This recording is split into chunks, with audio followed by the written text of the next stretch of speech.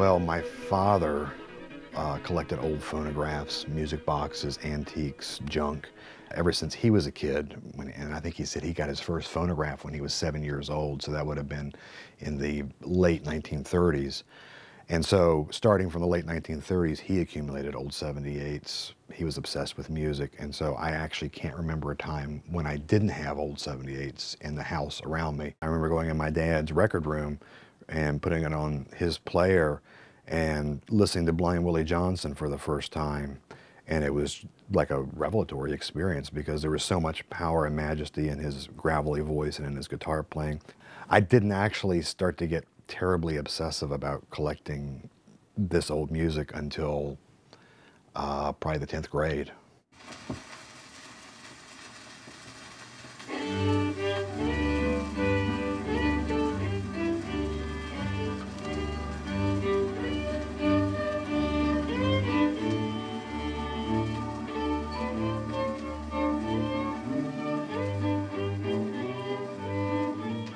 Just like anybody else from that generation, I like to make mixtapes, you know, and I had some very, very close friends that were into this kind of music, and so I would sit down and I would get like a really great blues record or a great hillbilly record by the Skillet Lickers, and I would sit and I would get the sound just right, just how I liked it, and then I would make a copy onto cassette, and then I would fill up a cassette, and then it would go off to somebody.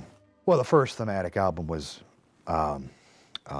People Take Warning, which was a collection of murder ballads and death songs. And it was a natural reaction to me having lost my father and my younger brother all about the same time period because, I mean, I know everybody feels sorrow and sadness when they lose somebody or multiple people, but I felt like I needed to actually make sense of it all and relate it to the things that I was interested in, namely this music from the teens and 20s and 30s.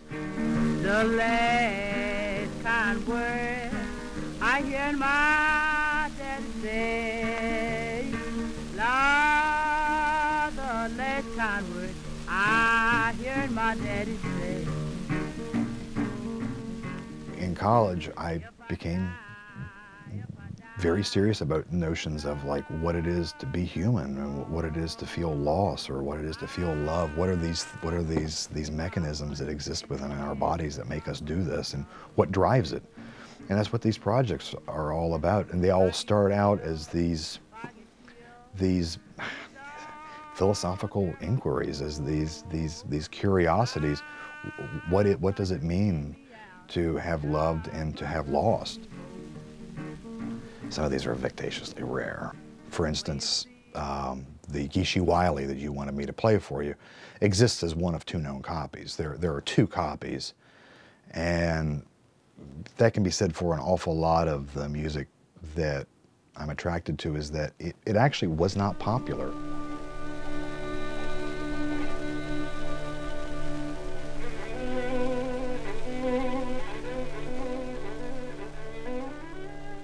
The same thing goes with the ethnic material, the Albanian and the music from northern Greece that I'm working on my next collection for. That music exists as 2 or 3 copies. That's it. I mean, nobody else has them. And right now, I probably have the best collection of some of the most profoundly moving and disturbing music that there is.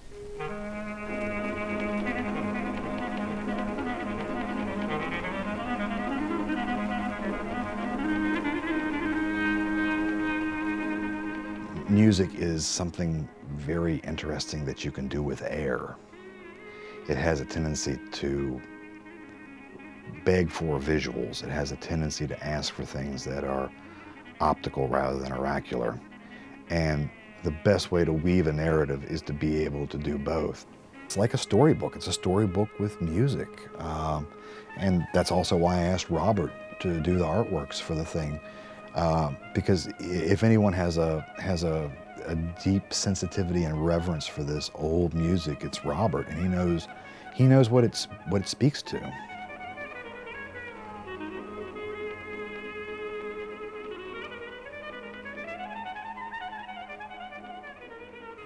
Every time I sit back and I reflect upon a project that I feel like it was done exactly the way that I wanted to. It brings me a sense of euphoria and completeness that I don't think anybody else has with a lot of other things.